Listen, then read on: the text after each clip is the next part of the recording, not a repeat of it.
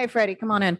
All right, everyone, I'm going to go ahead and get started because the city attorney needs to be in court at 2. So I want to go ahead and get as much of our time as possible. This is the Climate and Sustainability Committee. It is just a little bit after 1 o'clock. So Aaron, with that, I'll have you do roll call for us, please. Chair Moreno, present. Councilmember Green, present. Councilmember Harris, present. We have 3 members. We have a quorum. Would also like to point out that Councilmember King is in the building. Thank you so much. And I know we have a couple other council members who are making their way to the chamber as well. So the reason why we wanted to have the meeting today is so that we could get all on the same page and get updated on where we are with making sure that the residents of Gordon Plaza that we have a proper buyout for their properties as they have been fighting for quite some time now. I know that the residents do want to make a statement. Who will be doing that today? Jesse, come on up.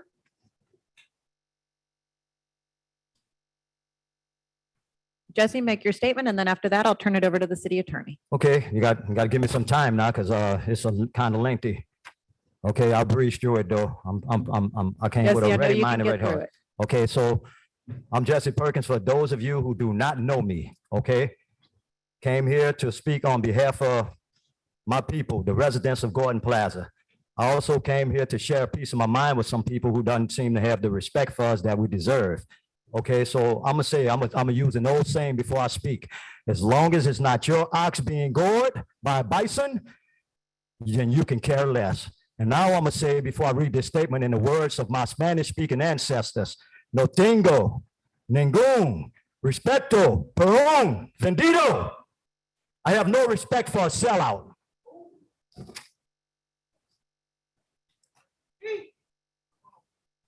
Before we begin, we are asking for everyone's undivided attention because as always, there are those in the room who have attended these meetings or at least the last on August 11th and know what is going on.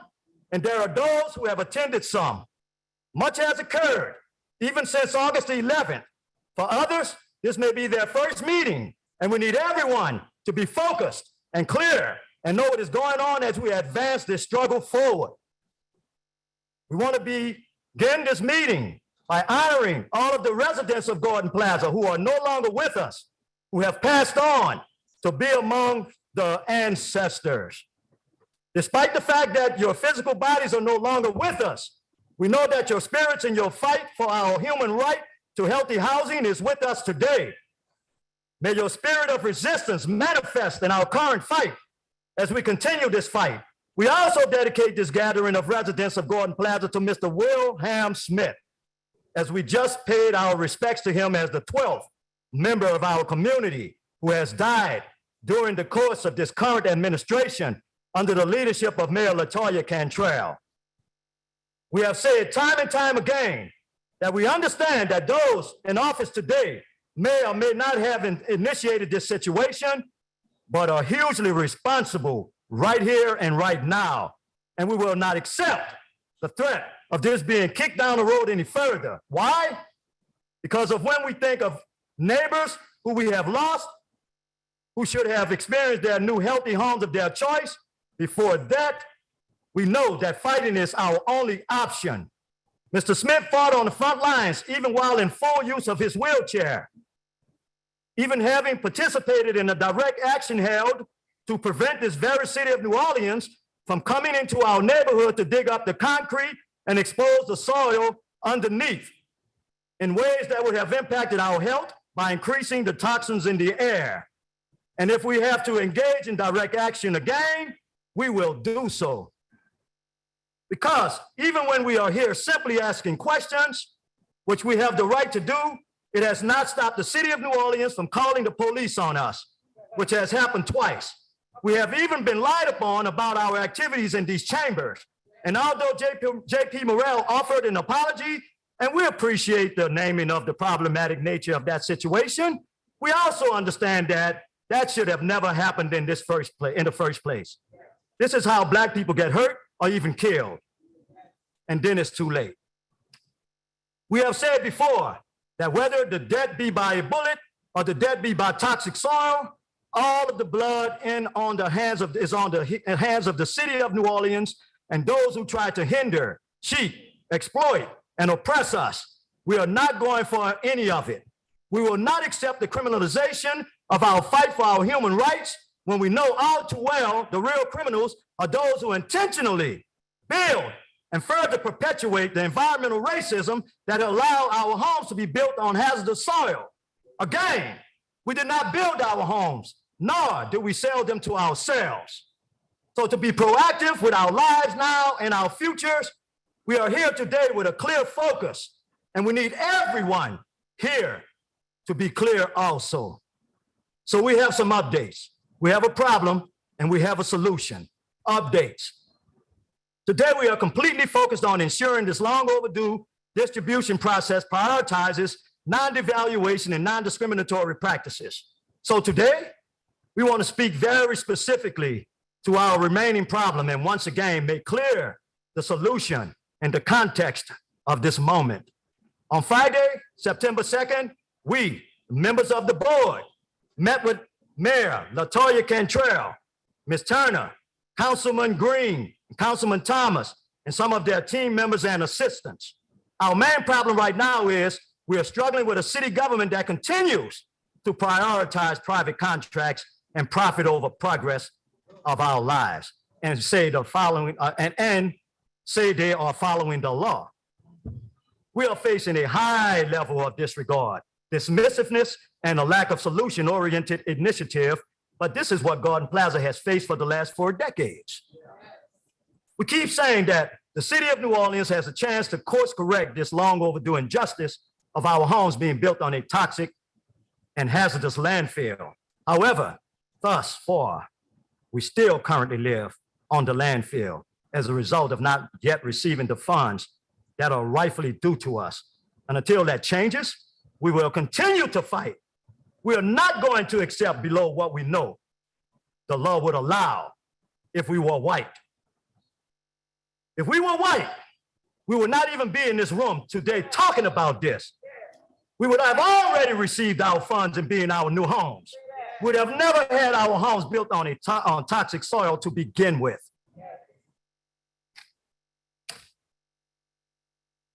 We also know that the only other way we would have been paid already, so if we would allow our homes, properties, and lives to be devalued and discriminated against, it's a complete shame for the city of New Orleans that the current administrative team prior to today has not figured it out yet, which they are in a position to do.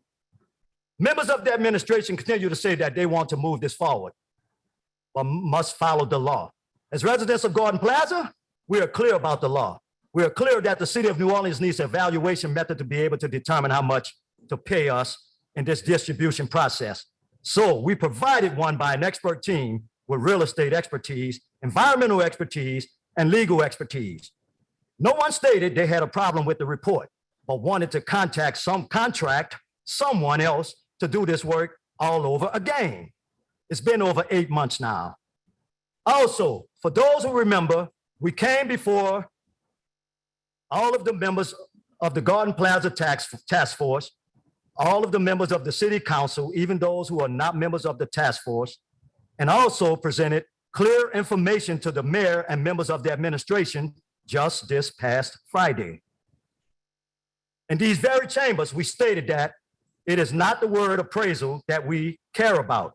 It's the application of the appraisals, which have proven time and time again to be used as tools to devalue and discriminate. We know quite well that there is more than one form of an appraisal, and we discussed them here. We named the sales approach, the cost approach, and the income approach. Yet the reason that we continue to emphasize the need to prioritize non-devaluation and non-discriminatory practices is because we understand that people can sound the alarm about the law and still discriminate.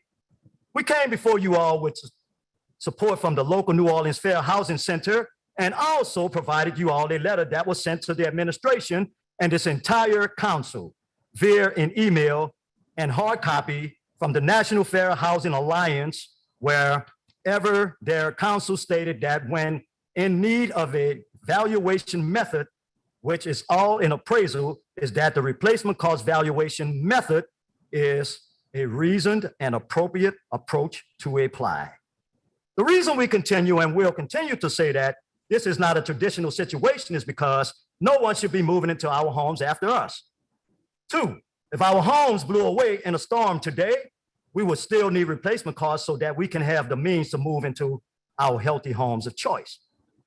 Three, we were told, even by you, Mr. Green, that the sales comparison approach made no sense on any level. But that is what was discussed on Friday. To expect to compare the value of one home to the sale of similar homes in a 1 mile radius is problematic and hugely discriminatory, and everybody knows it. And for those who are confused, even with a black mayor, who is also a woman, and black council people, and a black city attorney, environmental racism will continue if those black elected and appointed officials use tools that result in devaluation and discriminatory practices. People will make this all to not be about race, but race is woven all through this process.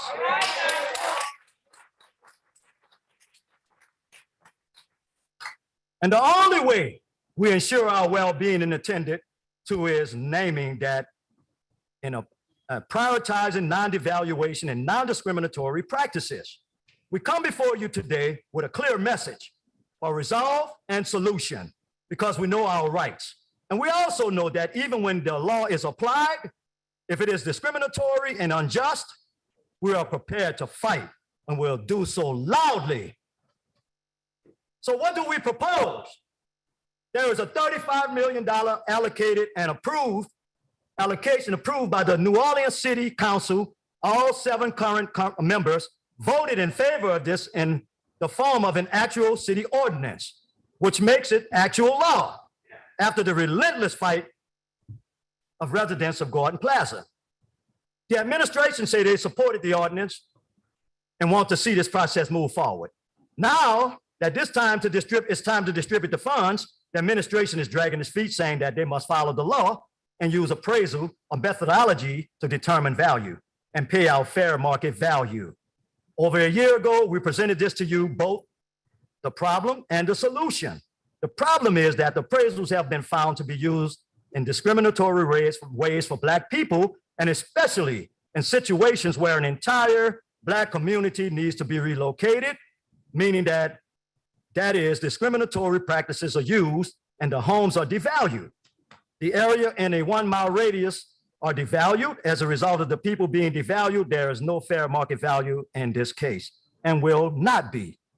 So, as a solution to move this process forward seamlessly and cohesively, we propose the following 2 things so that the administration and city council understand that this is easily resolved.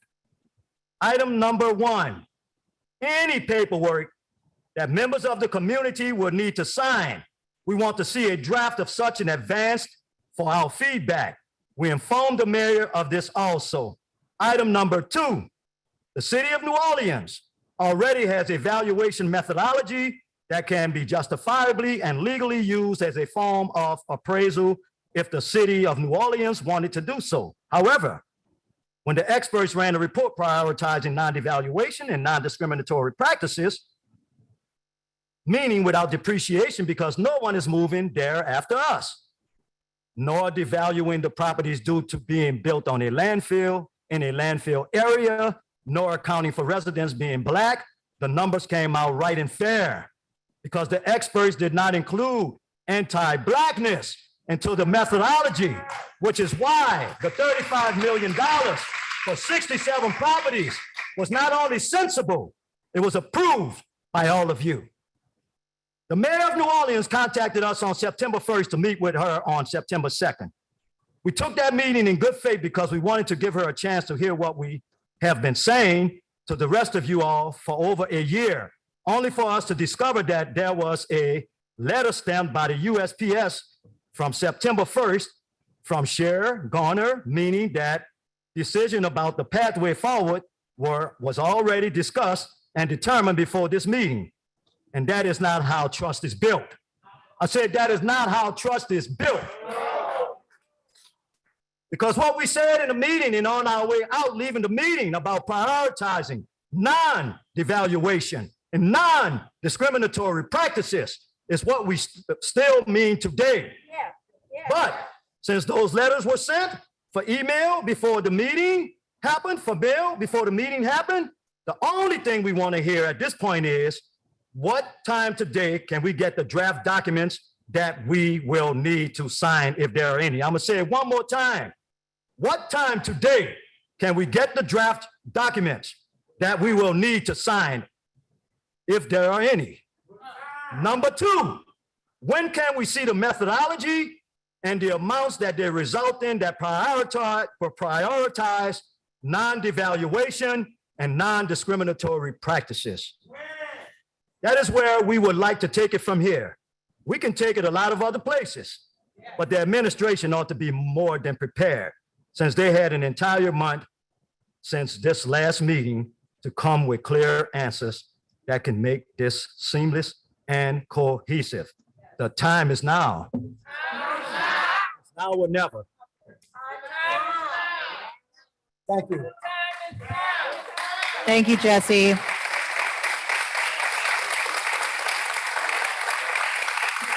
All right. I want to pick it up where he left off to have those questions answered. First, Madam City Attorney, thank you for being with us. If you could introduce who's with you. Okay, yeah, you're quite welcome. It's my pleasure. To my right, I have Carl Butler. He's an attorney that is working with the Shear Garner Law Firm.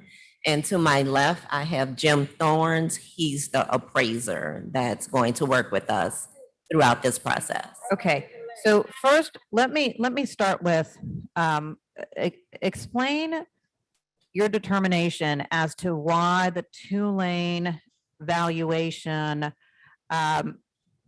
is not, in your opinion, usable, and why you need to go toward an appraisal process. So let's start there, and then after that, I'm going to ask about the methodology that would be utilized for the buyout of the homes. Okay. So again, the reason why the two-lane report cannot be used is because according to the law and the Constitution in Louisiana, when we are buying immovable property, you must have an appraiser first. And secondly, we can't offer more than fair market value for immovable property. The two-lane report did not take that into account. First and foremost, the two-lane report, it appeared that it was put together by a social worker, some environmentalists, and maybe there was an attorney that had something to do with it as well.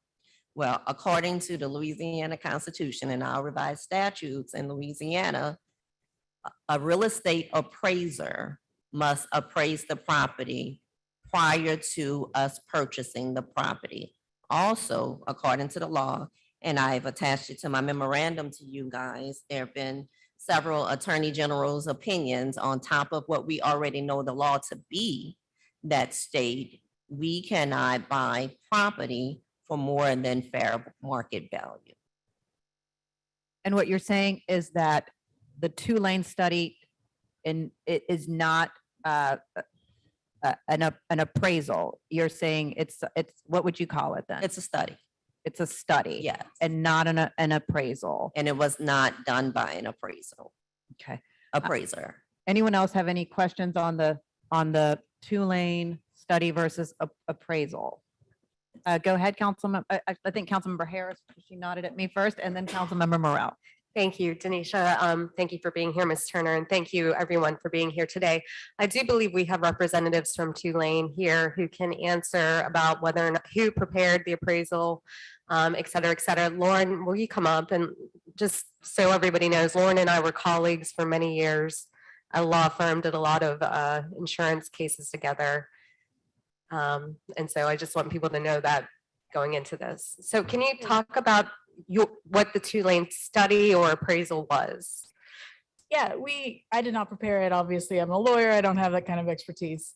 But we contacted a group of experts at Tulane. They reached out to real estate experts as well, and actually had someone use Xactimate, which is an industry standard. We're familiar with it as defense attorneys back when we defended insurance claims, but they used Xactimate to come up with the relocation value at that time. And was the report done by licensed appraisers? I actually don't know if they are licensed appraisers or not. Okay. It was a group and the authors are listed on the report. Unfortunately, none of the authors are here today, but we can get them here at a future meeting, and they've been at past meetings. Okay, and with the Xactimate estimate, was anything taken into account for the, it was based on a composite home, or was this based on individual homes? It was based on a composite home, or the average typical home that would be found in this subdivision. And was it based on this particular subdivision being on property that was contaminated? It had nothing to do, it was neutral as to location. It was about the size and the type of materials used and that sort of thing, size of the acreage, the lot. And then when was this appraisal done? Back in December, right? It was in December 2021, just before the, there we go. And, but we know since then we've had issues with supply chain, et cetera, so prices could increase as far as materials, et cetera. Correct. We did have someone who had access to Xactimate rerun it, and it went up, but that was due to, yeah, exactly, supply chain and materials issues. Okay. Lauren, is this Xactimate, is it an appraisal? Xactimate is a tool. It's like a database tool that lists all the prices and everything, and it's used by appraisers, and it's used in insurance settlements and insurance litigation is where I'm familiar with it, to value homes. Is the product that the work product that you provided to us, would that be considered an appraisal?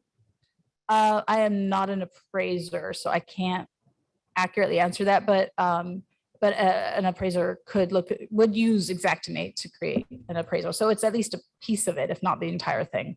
There may be standard appraisal language that goes, at the front or in the back, or disclaimers. I'm not sure.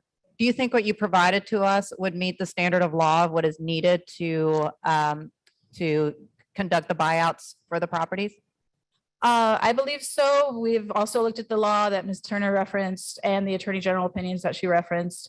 Our understanding is that while appraisals are required, the second statement about fair market value is not exactly how we would have interpreted those in Attorney General opinions. We did speak to an attorney from the city of Baton Rouge who's involved in buyouts and relocations, and he discussed that the appraisal, that they do use appraisals as a starting point, and then they move on from there in order to create a fair value to everyone that they relocate. So, okay, well, so we could still utilize this document in concert with potentially, if Mr. Thorns moves forward with Mr. Thorns' work.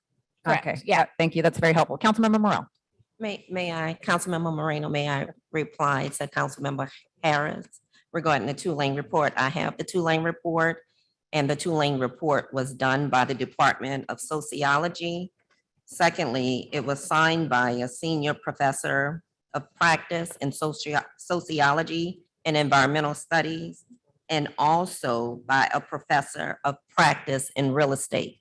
So this two-lane report was not prepared by licensed real estate appraisers in Louisiana. Secondly, as stated in the two-lane report, Xactimate is a software system used to estimate mitigation and repair costs for residential and commercial property losses.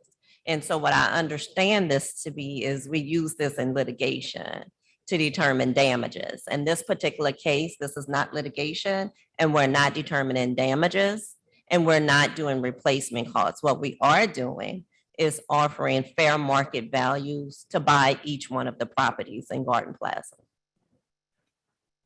I'll ask a follow-up question. Councilmember Morrell. Okay, I don't need you. You're good. Okay. I am beyond frustrated right now. Madam City Attorney, this opinion that you sent us, who came up with this opinion? Who came up with the The opinion regarding the real estate appraisers. Our attorneys, The city attorney's office. Share Garner and the city attorney's Okay, office, yes. so I want to hearken you back to June, where Councilman Harris and I both said, hire real estate appraisers. We don't need more attorneys. We have a real estate. No, let me finish. So what you're saying is over a 3-month period, 3 months ago, Councilman Harris and I said, let's get this done. Let's go hire some real estate appraisers to do buyouts. At which point, the administration hired a law firm to then find an appraiser, to then both of you to come up with an opinion saying we need appraisers.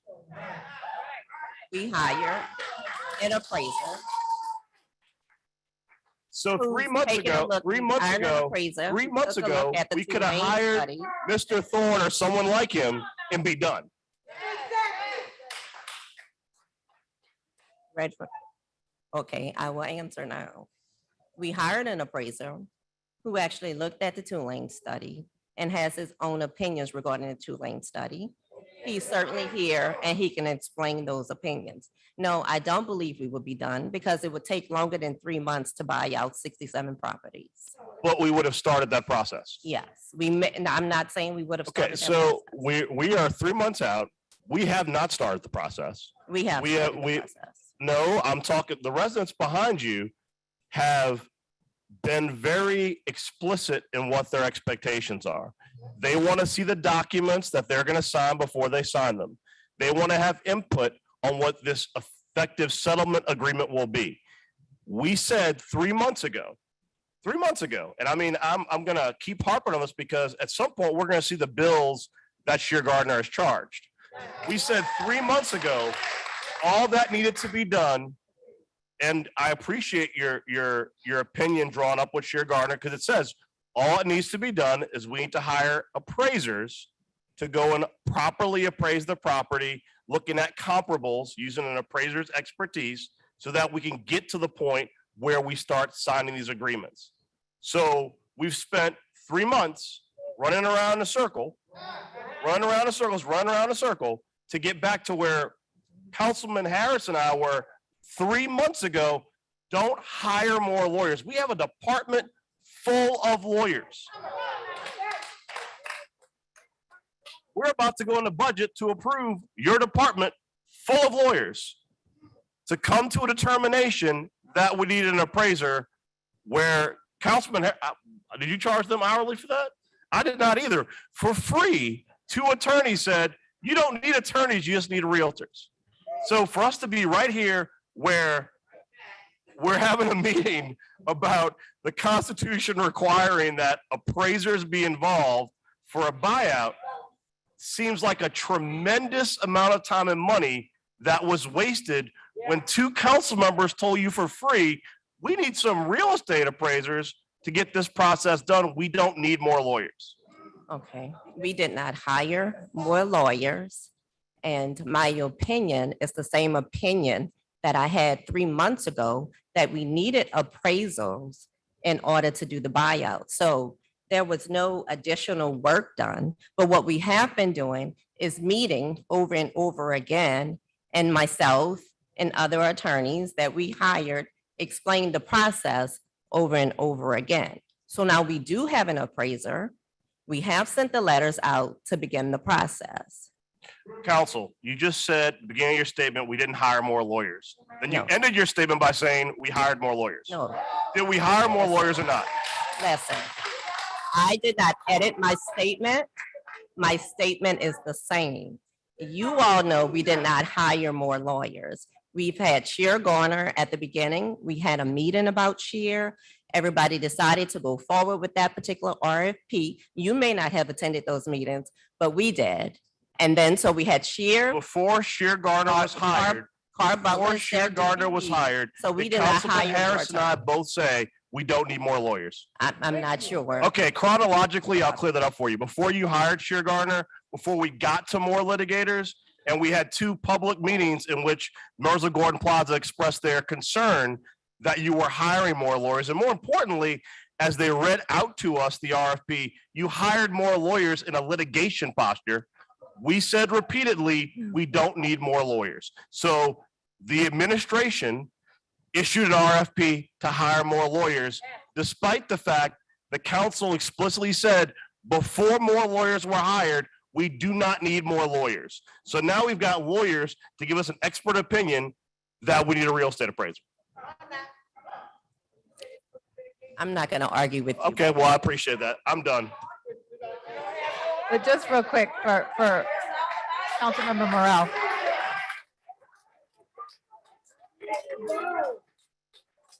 For someone who was at the task force meetings with the residents, where we did discuss the RFP, I'll once again say that the residents and myself, we objected to that RFP, moving forward, yet the mayor decided to move forward with that RFP without us with Chair Gardner. But I'm not sure if that's exactly correct, and I don't want to belabor the point, but I do believe at one of those meetings, after maybe the administration said we will move forward with the RFP, then I believe the residents wanted to reissue the RFP. And then at that particular meeting, the residents said, okay, we'll just continue to go forward because we didn't want to start the RFP process again. I mean, Pardon me? you handcuffed them into that situation. But look, okay, so we're where we're at now. I don't see any more questions from the dais. No, oh, I'm sorry, I didn't see you punched. Go ahead, Councilmember Thomas. Hello. Okay, well, first of all, thank you guys. Thank you, Ms. Turner, and of course the residents. We've been going kind of back and forth for this for a while. I understand it even started before the new council members got on the council. So this is actually going back 40 or 40 plus years. My question is ultimately, how many more meetings do we have to have before this is actually done, so that the residents of this community can actually get checks in their hands? And this is why. The theater is good, right? But the one thing I do know is that no one branch of government can get this done by itself. So at what point are the lawyers, the council, and the administration, what does it take, and the residents, what does it take to get everybody on the same page so the checks can be dispersed? And if you can't accept the formula, what formula do we use so that the residents here don't have replacement costs or out-of-pocket costs, especially given the historical hardship from environmental racism to the fact from what property value has to be to all those other things? Because what I don't want to see is, okay, we're gonna have another meeting it's like an Abbott and Costello movie, right now. And I make a motion that the council distribute the checks. But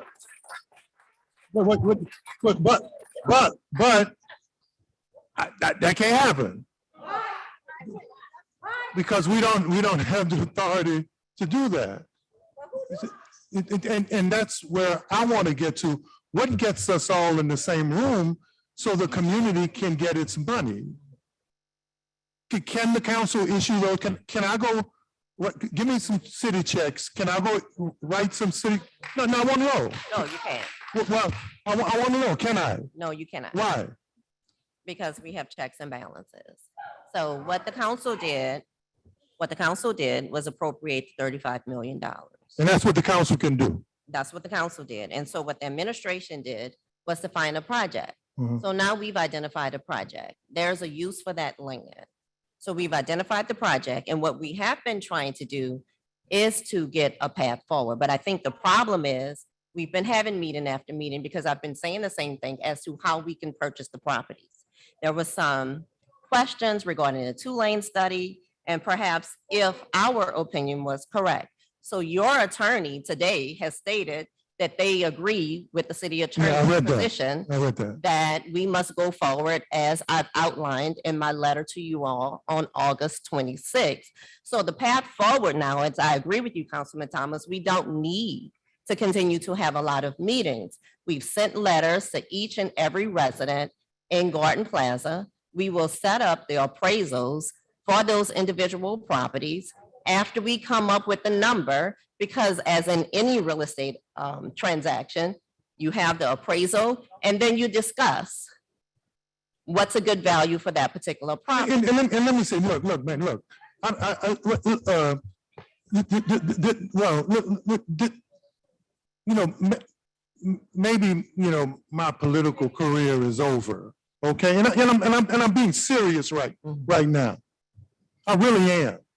Because we need to get to a point where this is done. And it's got to be done where at least everybody is on the same page, not this one versus that one, this is versus that one, this is versus that one. Because the people out here, they've fought for this for far too long to get caught in the middle of our stuff.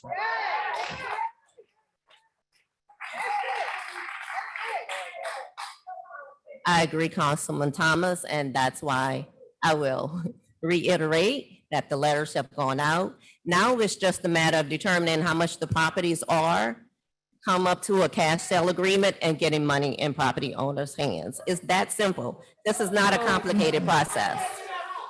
But nothing, look, it's not simple if the hardship winds up being a hardship with the settlement, right? And so that's what's critical here, guys. It really is. I am tired because the press loves it. They really do. They really do. I don't know if they care about the settlement as much as the animus and the discussion and the fight back and forth. But at some point, everybody who plays a role, legislative branch, legal branch, financial branch, administrative branch, we have to settle someplace that makes this community whole. And I know people may not want to hear this, but I'm sick of all of these meetings. I'm sick of all of the theater. I'm sick of the fact it's not settled yet. So real quick, is this microphone on? Okay, just real quick. So thank you for that, Oliver Thomas, because we sick too. And you gotta know the 40 years of fighting for this is sicker than the both of you and me together. So let me just say this, to answer your question about why these meetings have needed to continue happening is because honestly, Oliver Thomas, we don't get nothing done without them. August 11th was the last meeting. We felt prior to August 11th that there was inklings of forward movement because in this space, with the council, with the administration who would show up when they would, with Chair Garner when they would show up when they would, there was an opportunity for people to stop doing like this all the time because everybody's in the same room. So there was a request for 30 days. That was August 11th. We're on day 27th now. So all of this talk about, oh, we could have been doing work, that's never stopped anybody from doing any of the work that people are talking about.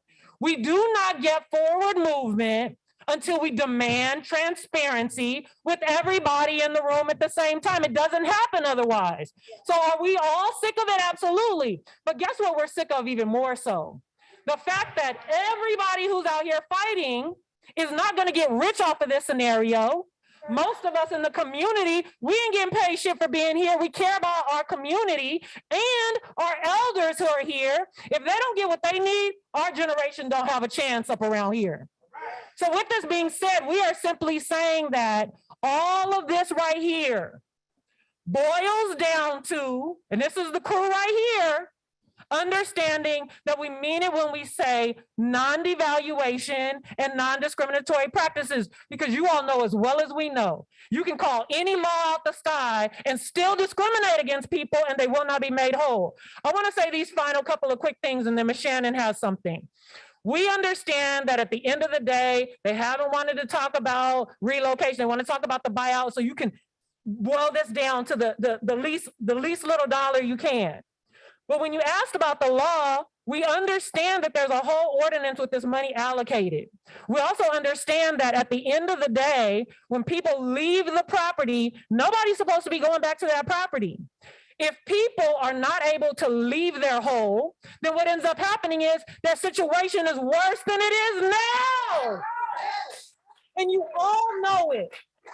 You all know it. You also know that when it comes to appraisals, you decide what are all the criteria and the methodology. You guys know that. And so, Mr. Green, you know, at the end of the day, you said there would be no devaluation, no this, that, and the other. When you come talking about the process that was sent in the letter to the residents, stamped September 1st, the day before the Good Faith Works meeting was supposed to be had, you already made up your mind what you wanted to do.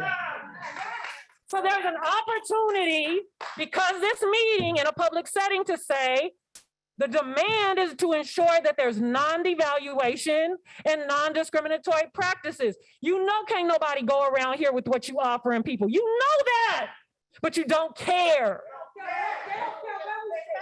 Go ahead. Good afternoon. You know, after the meeting on Friday with the mayor, Councilman Thomas, Councilman Eugene, I went home and I had to think about this the whole weekend. When I asked the question, when the mayor said that we can pay you $200 and something for your property, and it might wind up to be the same amount as what y'all want to get paid, the square footage. And I asked the question, I said, so if we take the formula that you all gonna offer to us, how early can we get paid? And she said next week. So my question to you all now is, why you can't take our formula and give us our check next week? That's my question. What's the difference? I need to know what's the difference. There ain't no difference, because we don't want to take what y'all want to give us. If we take what y'all want to give us, then y'all gonna take and give us our check next week. Give us our check next week with the formula that we presented to you all. We tired. We just like you, Oliver. We Can I tired. say something? Mr. Torrance? I'm sorry. My name is Olga Johnson. I thought the purpose of all of this was for us to move, to be able to move in another house. Okay, I thought that was the purpose. The excuse before was we had no money. The money is there. The money at $35 billion did not fall from the sky. These people evaluated, they researched, they did appraisal of a property. They did that to get those figures. So this would have came out to 522. Give us the 522. We need to have another house to live in. You cannot buy a house today for no $200,000. You cannot buy. Evidently, they All right. don't know it. Madam, That's all I'm saying. hang on 1 second. Hang on. Yep, hang on 1 second. Hang on, guys. Gotta talk on the mic. Hang on. Gotta talk on the mic. All right. President Moreno, just real quick, the people that were in question that were not in the room, who contributed to that report, they are all watching this. So they're aware of what's being discussed. And they want to make it very clear and very known that the people involved in that report are licensed. There's also an independent insurance adjuster who was involved, but the real estate expert who is a part of it is not only a licensed real estate broker, but also, if necessary, has a master's in urban planning and been in real estate for 17 years and has offered up any support necessary, to include working for the New Orleans Redevelopment Authority. And one of the other things that they wanted to make very clear is when it comes to whatever the methodology that ultimately gets decided, hopefully as a result of all of the information that's been provided, nowhere has anyone indicated that they've included criteria around a no ex-flood zone.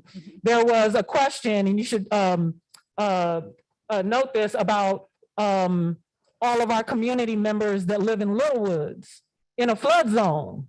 And so the reference to that, we just want to make very clear that ex-flood zone matters, because when we have neighboring parishes that are literally moving people out because of flood zones, you wouldn't neglect that in the methodology. That's just one example of the kind of things that have not been cared for in this methodology that don't have nothing to do with the law. It has to do with having some knowledge, some expertise, and a willingness not to devalue and discriminate against people. That's very important. Thank you, Ms. Kinlaw.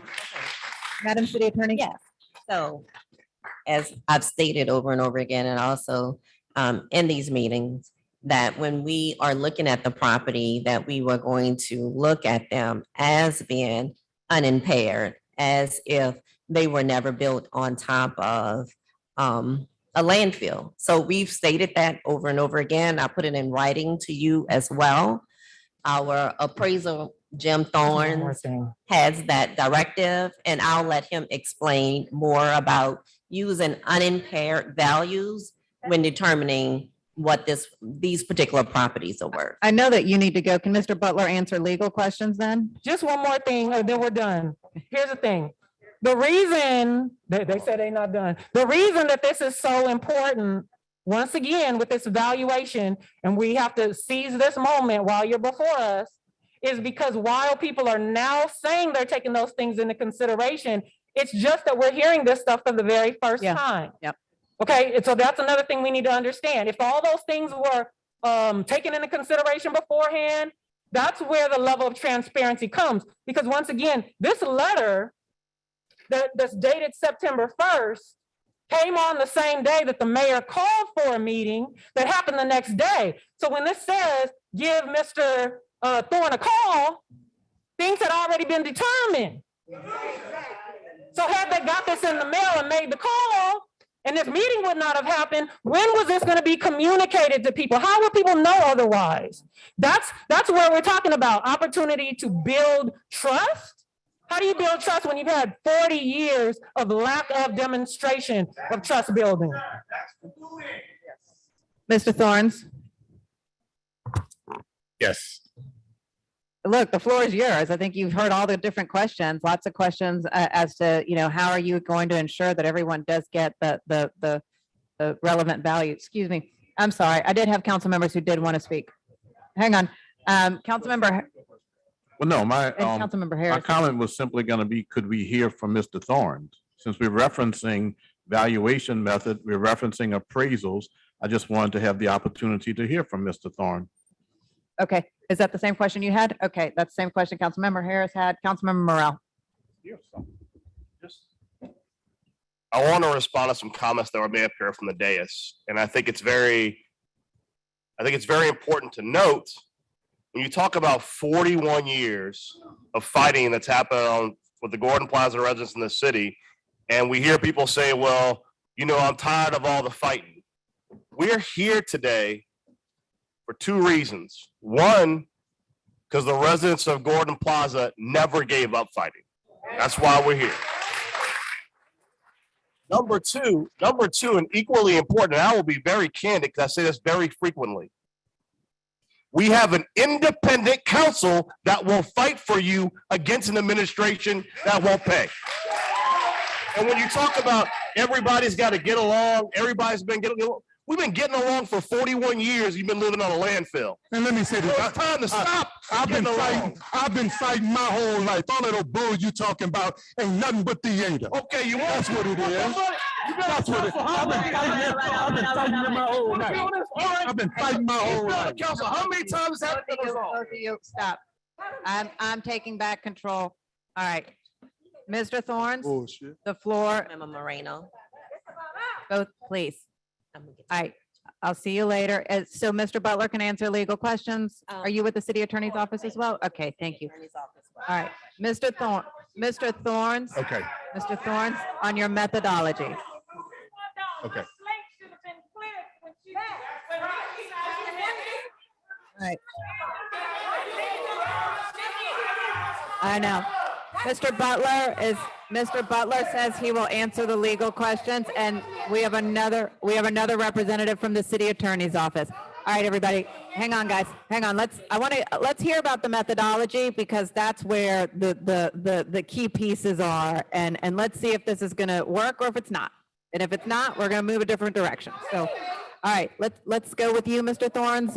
Tell us a little bit about yourself and how you plan on working with the people of Gordon Plaza. Okay, I'll introduce myself first. My name is Jim Thorne. I'm a licensed real estate appraiser. I'm certified as general. There are two certifications, one residential, one general. General is the upper level of valuation. I have been doing this since 1977, was when I did my first appraisal. I have appraised all kinds of properties that you can possibly think of, and thousands of residential properties. The problem with what I'm faced with now and what we all are faced with right now is an environmental issue, is solving an environmental issue. And according to the law, and appraisers are licensed by Congress created the law, and states are required to implement and supervise that law. And we all have to do it the same way. And we all have to follow a Bible, if you will, called the Uniform Standards of Professional Practice, which we must follow in addressing a problem. And the problem we have here comes out of an environmental issue. It has two portions, one environmental and one is stigma. And they both are related because they come from the same source. So the standards require us not to discriminate, not to penalize anybody for the circumstances or the location of which they're in now. That's the first thing. You cannot, and I will not, and no one will discriminate against that. So in order to do that, the first thing you have to do is consider what it is that we're appraising. And what we're appraising are the 67 houses that are located in Gordon Plaza. And we're doing it on an individual basis. And we're doing it specifically on an individual basis because the houses in Gordon Plaza are different sizes. Now, I say different sizes because that becomes the only factor that we are considering for Gordon Plaza as to how many square feet are there in the house that we are now appraising. We're not considering the land value in Gordon Plaza. We're not considering any resale value in Gordon Plaza because all those things have no relevance at all to this problem that needs to be solved. And the problem that needs to be solved is that the residents of Gordon Plaza and others need to have a home that is not impaired, meaning that it doesn't have any underlying environmental issues, and it doesn't have any stigma. And stigma generally means that no one will buy it. That's what that means. And environmental issues means that it is not sustainable. You cannot continue to live there according to all the things that I've heard about it. So with those two things in mind, the first thing that has to happen is that the appraiser has to go in and take a look at the property that's there and confirm the square footage and the amenities that the properties have. So let me distinguish between the square footage because in real estate, we all talk about square footage, and the one square footage that we always talk about is living area. Living area. And living area is defined as that area for which is heated and cooled. But all of us know that there's more area to a house than it is just living. There's other areas of the house. For instance, there are garages in some cases. That's not living area. However, if there are garages that are converted to living areas, that's considered living area. And that's how we do that. And that's heated and cooling. Other areas that we'll talk about would be, say, for instance, the porches or any other buildings that are attached to the property or on the property. That is how we get to knowing what is the subject of this evaluation. So then what has to happen is that the appraiser has to find areas that are not impaired by environmental issues, because that is the issue. Areas that are not impaired by the issue of stigma. And of course, licenses, my license requires that there can be no discrimination in what I do. And I'm certainly not gonna do that. So I heard that inference from the audience. So I just want to mention discrimination is not going to be an issue in what we do.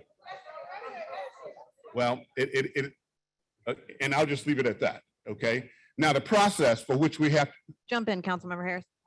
Mr. Thorns, do you use a tool to estimate? Do you use Xactimate or any other sort of tool A tool to do what now? to find the value? So for example, Tulane used Xactimate software, Well, Xactimate is an insurance tool right? that insurance companies use. It's not something that we as appraisers use. There are other cost services out there, Marshall and Swift, and they are particularly designed for the use by appraisers for replacement costs. That's what we use, Marshall and Swift. Marshall and Swift. Okay, Yes, thank ma'am. you. Okay.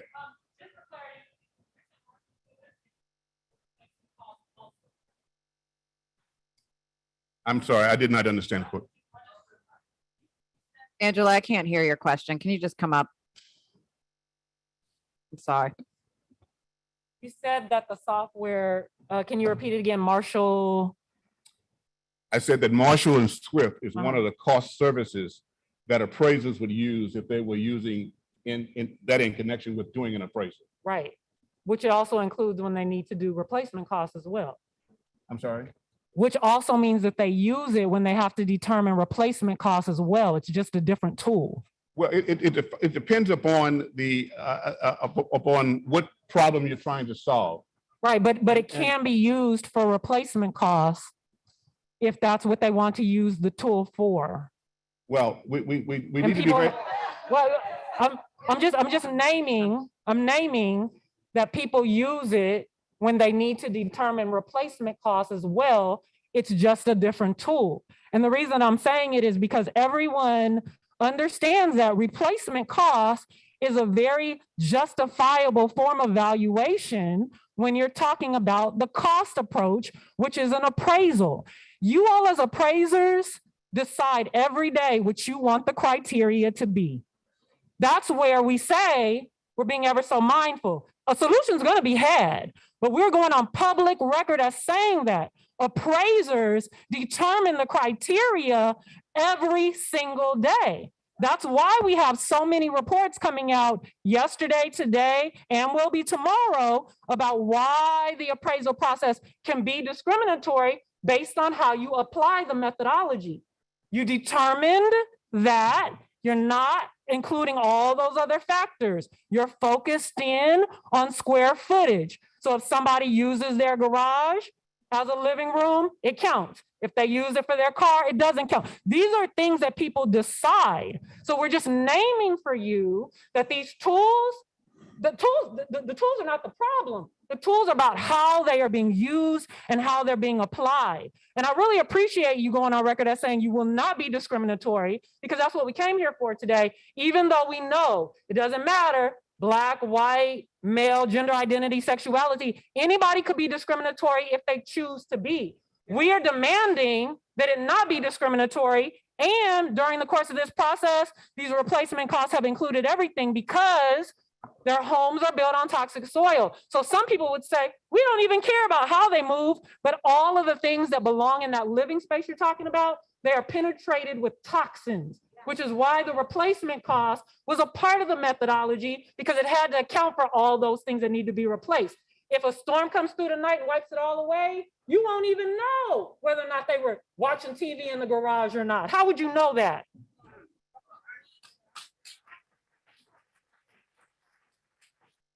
So let's have a little discussion about Go ahead. Yes, you. about cost. Mhm. In the appraisal process, in the generally, the three tools that are available to appraisers is one called the cost approach. And the cost approach has many components, more than just the value of the square footage of the house. The cost approach includes the value of the land, which is valued separate and is vacant. And it includes the improvements, the building that's on there, and it has to be depreciated, meaning that you depreciate based upon it compared to a brand new structure that's there. And in the end, you combine the land value as it's vacant and the replacement cost as depreciated together, and then you have a value by the cost approach. I actually like what, can I just name this? Don't, nobody be nervous. We're moving forward. First of all, I want to go on record as saying you are the first person to come before outside of the people that the residents have brought on behalf of the administration who's even acknowledged the cost approach. So thank you for that, because I'm going to tell you now. Let me say thank you, Mr. Thorne. Okay, Yes, breathe. let me, All the conversation that's been had thus far, Well. and I know people are struggling because they're talking about all these different things. All the conversation that has been had thus far has been in alignment with that sales approach. Yeah. So let me just pause, because here's the good news. You're the first person to acknowledge cost approach. So when we said replacement cost approach, replacement cost lines up with the cost approach, which has been used as a valuation tool to determine how much people are going to get paid for the product. So let me just add this.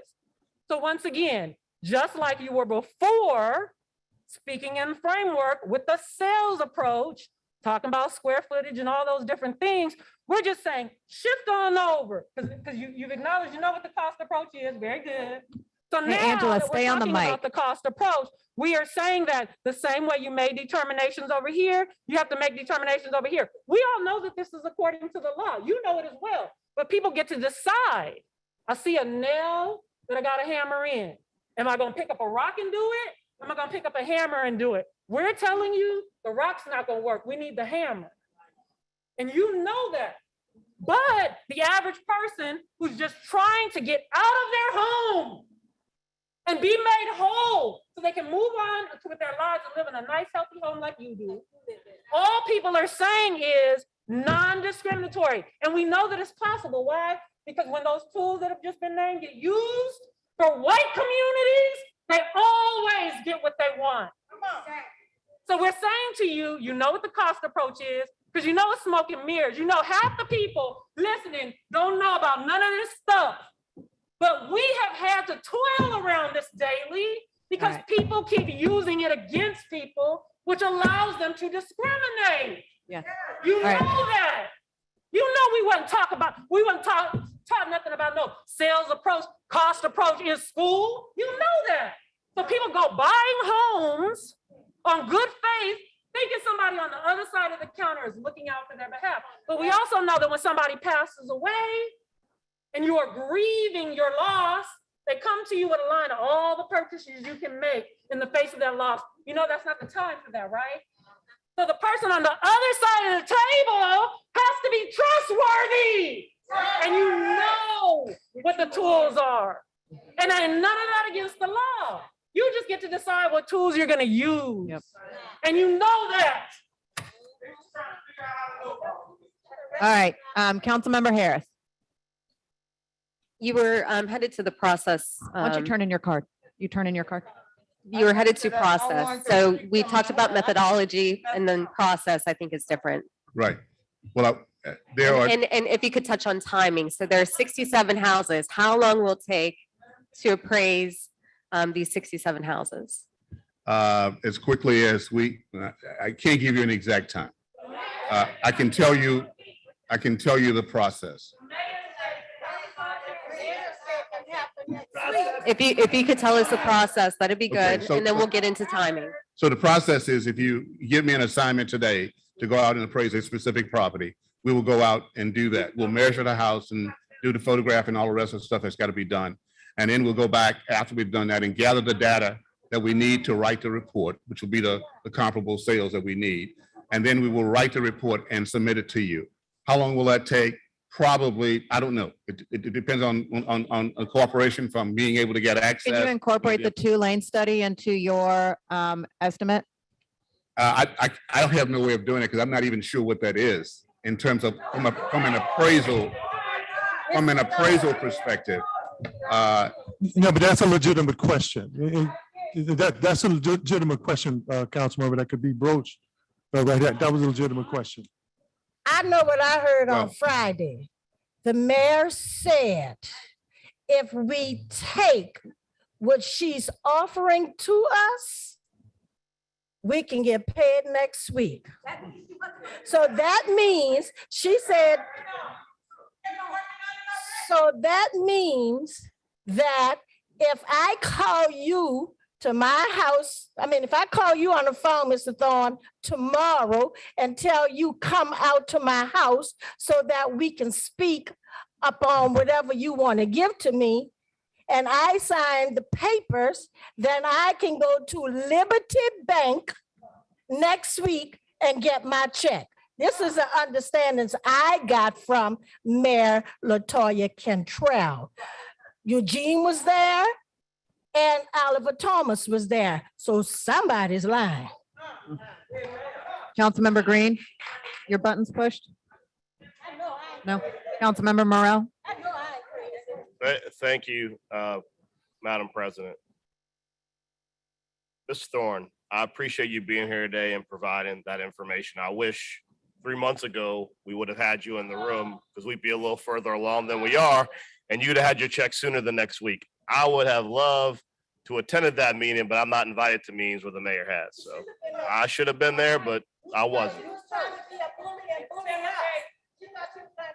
Well, what I will say is this. I think it's important to remember that in 2011, there was a massive settlement after Katrina between residents, about 6,000 African-American Black homeowners, the state of Louisiana, and HUD because of discriminatory practices and evaluating homes and undervaluing them with discriminatory intent.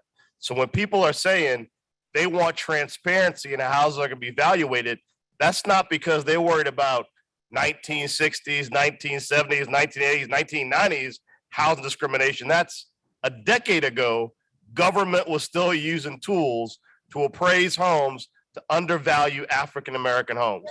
And more importantly, if you look at that settlement, those were all houses in District D and District E. So when people are talking about how these residents are saying we want transparency, we want to know what their methodology is, we want to see what you're asking us to sign before you have us at a kitchen table trying to sign it, that's a real fear that's rooted in history and fact. So I appreciate you being here. I appreciate you're saying everything we need to hear, but I think that there is so much frustration because where we are today, we should have been several months ago. That's not your fault, Mr. Thorne, because you're coming to the table when you got brought to the table. But I think the frustration you're seeing from the council and residents is we had to fight hard to get you here to this point.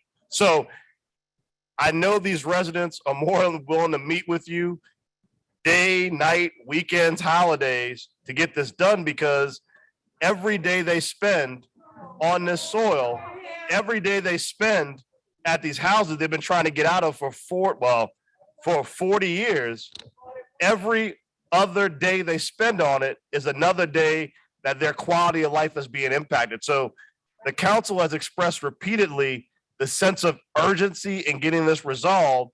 And we certainly hope with you entering this process, you share that sense of urgency on getting this done as soon as possible. I do. Can we just add this one piece? Just because some people I know weren't part of certain meetings to bring this to the table as well. Because Mr. Thorne, I know they just threw you up in this hot water today. That's how they do it. That's how they do it. That's how they do it. They Welcome just to the throw you up pot. in here and hope you're gonna fall in line with whatever the plan was. You too, you know, you've been caught up in the mix too as well. So we're just honoring your humanity and saying this real clear. I want to go back to the small meeting that you were a part of, Mr. Butler, and you were also on the phone. Let's take it back because we got to take it back and move it forward. Everybody say they're tired of meeting. We understand, but we don't get anything done without meeting. The thing that the residents have asked for are two things very simply. Two things for transparency. The draft of whatever the documents are, because we don't need to sit over the table and debate about that. We see what the draft is. Something we like, don't like, they can respond back and say what that is. And then the outcome is transparency. What did everybody agree? But here's the thing, the methodology.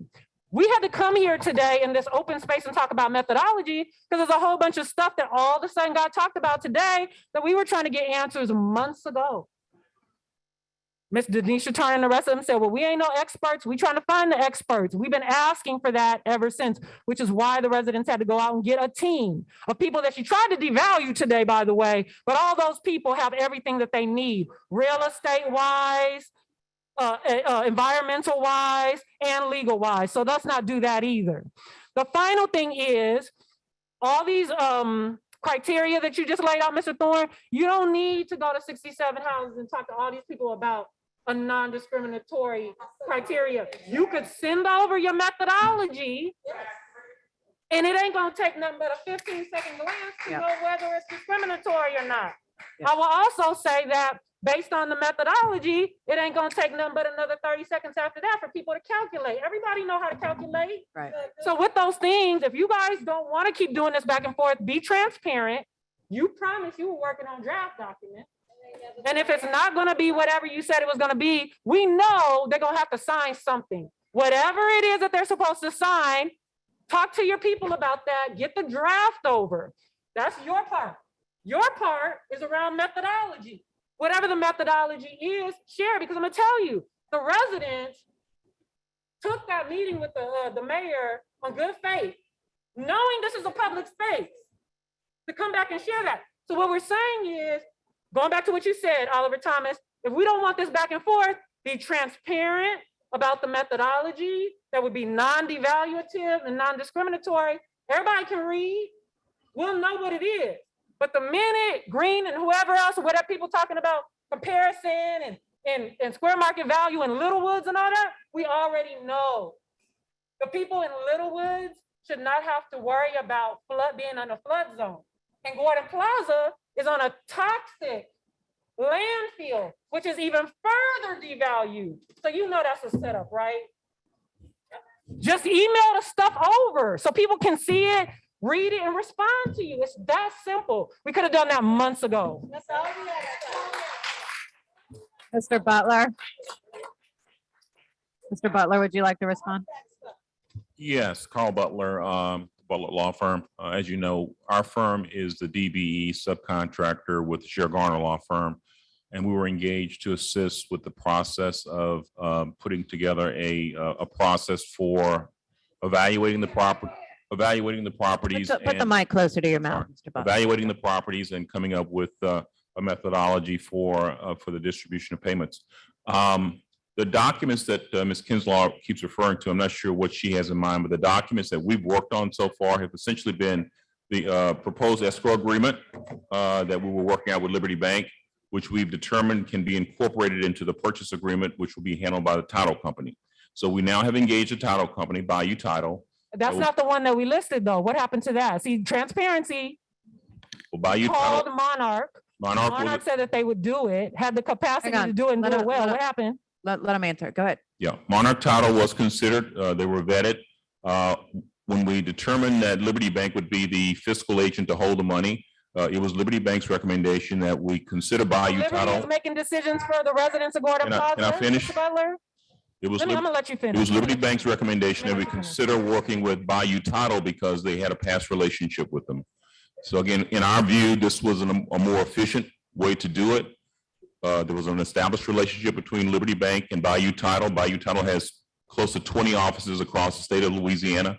They do title closings, real estate closings daily. So I think they're going to be a perfect fit for this situation.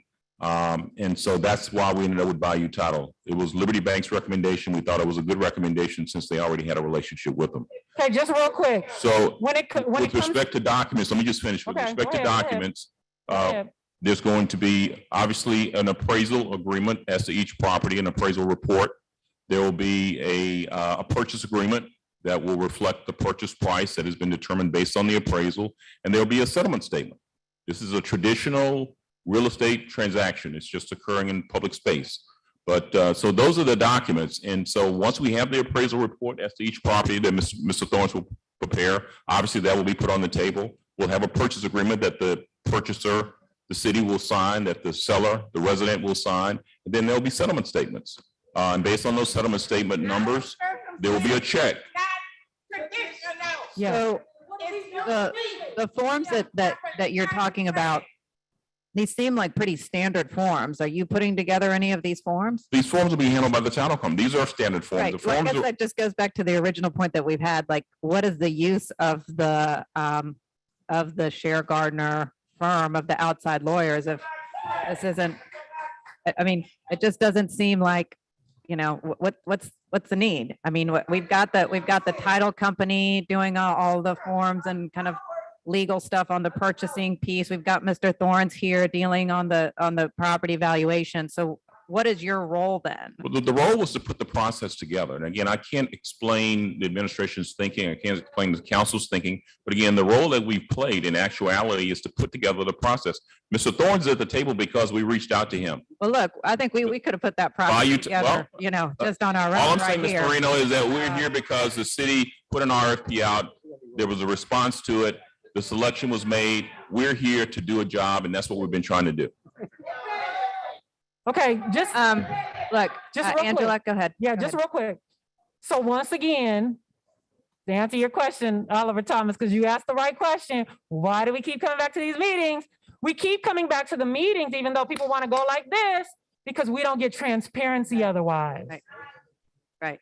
When you were at the table originally, Carl Butler, and I feel some kind of way about the fact that once again, as the DBE on this, you sitting at the table, Share Garner nowhere to be found. This is how they do us, right? They leave the black people at the table to talk to the black people, but that's okay. That's okay. So listen here. So once again, because we understood that these were standard forms, we've been saying that as well. Nobody even expected that you were creating these forms from scratch. But what we do understand is, and I'm gonna encourage you again, because this is not a traditional situation. Majority of the time, you guys don't even see your names or faces in public spaces. Y'all just be working behind the scenes. What we are saying today is that those forms, whatever forms they are, we need them emailed over in draft form. But here's why you can sleep well at night. We understand it's a draft. No one is saying people are going to get it and be like, what? We're saying it's a draft. Why? Because a draft means when you see it, there's an opportunity for input. The other part is the residents were promised at that meeting that there would be an opportunity for decision-making. As a matter of fact, Share Garner was one of the first people to say, when it comes to title company, y'all can bring forth what you would like to offer as a suggestion. All this time, to include when Share Garner was here, they said, we called Monarch. Monarch is on board. Monarch ain't heard back from nobody since. Well, that's not true. Well, according to them. Monarch has been in conversations repeatedly with our office. All right, so but you just said Bayou is on. But Bayou has right? been So where's Monarch? determined to be the better option. Liberty Bank, bless your hearts, Liberty, because I know y'all watching. You don't get to make decisions about the residents of Gordon. They made a Park. recommendation, the city accepted it, and so we've engaged them. What you all who were hired to do, wait. all who were hired to do should have done was remind them, watch where I'm going. You should have reminded them that the residents of Gordon, that there had already been a commitment and promise to them. So. Well, I don't recall the commitment to Monarch. Okay, We agreed to vet Monarch. We did vet Monarch. Another option was offered. We vetted that option to determine that that was a better option. Wait, but let me go back to what Angela had asked. Who picked at the end of the day? You said it was the city? The city approved the recommendation to select Bayou title. Yes. Because somebody from Liberty recommended it. Well, again, I was speaking to your suggestion that somehow that Liberty made that selection. They did not. They made a recommendation. Somebody might ask, why does this even matter? Somebody can do it. It matters because communication and transparency, and either it's a community-driven process, like people have been saying it is, or it's not. Yeah. And this is Well, the first we're hearing about. Ms. Moreno, let me just say this, because again, I think our integrity is being challenged to some extent. Mr. Thorns was one of several appraisers as well. So again, the decision was made to select Mr. Thorns in the same manner in which the decision was made to select Bayou title. Again, it was above board, it was transparent, but it was part of the process that we were working within. We're just Yeah. learning. So how to we're do at this it. point I'll now, say we have this. competent people look, at the look. table. I don't know what the problem is. This, No. I mean, I just think it's interesting that, Cher Gardner's hired to be the one to like oversee the process, right? So you guys are here to oversee the process and kind of supposedly put all the pieces together. But it just seems like someone within the city is saying, yeah, whatever, Cher Gardner, you're going to get paid, but I'm going to pick this person to do this and this person to do this and this person to do this and this person to do this. And I'm just not understanding like how all these different players are getting picked. And I'm not saying that it's not the right people or the right organizations or anything like that. It might just be, they might be the perfect group to put together for this. It's just not transparent as to how everybody's coming together on all this. And I think that's kind of that's what leads. but we're to this. here and we're having the I get it. conversation. And I get We're it. that here. And that's why these meetings are important. Well, to Mr. Yeah. Thomas's point, again, that's why the meetings are Totally. sometimes necessary to translate information and transfer information. That's No why doubt we're about it. here. Okay, so let me start with just with where we need to go so we keep moving forward. The methodology, Mr. Thorne, has been asked for. Can you provide that to the residents of Gordon Plaza tonight, by tonight? In draft form. When you say, I want to be sure Hang on.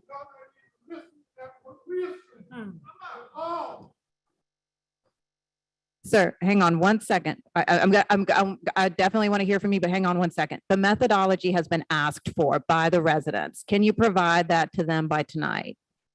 I can. Great. Draft form. Great. So let's go through that. Let's go through the email chain. Who's it going to go to? Is it going to go to Ms. Marilyn? Is it going to go to Ms. Amar? Okay, so it's going to go to Ms. Amar, please, and to Lauren, and to Lauren Gottschall. Any emails that you may not have, we will provide to you, and please CC the council members who you see on the dais as well. And just to emphasize, we understand it's in draft form. You should sleep well at night knowing it's in draft form. Because if it's not in draft form, that means you made a decision already, and that's where we're back again. Yep. I have a question. This gentleman came in late and we weren't introduced. He's with the city attorney's office. If you can introduce yourself. Corwin St. Raymond. Who? Corwin St. Raymond. And you're a city attorney? Yes. Okay, thank you. First of all, there are not 67 homes. There are vacant lots in Garden Plaza. There are abandoned properties in Garden Plaza that's been abandoned since Katrina.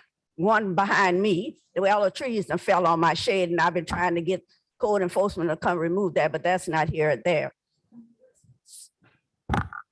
Second of all, what I have not heard, and I addressed with the mayor's office on Friday, was moving expenses.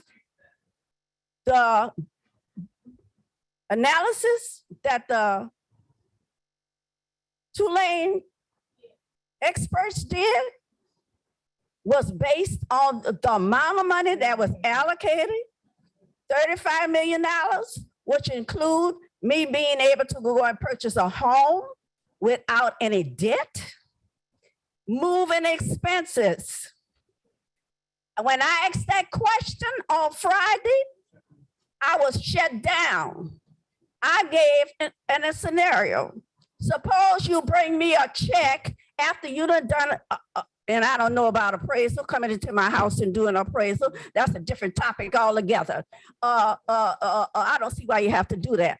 But anyway, I was offered a check for X number of dollars, and I refused that check because it couldn't buy me a house.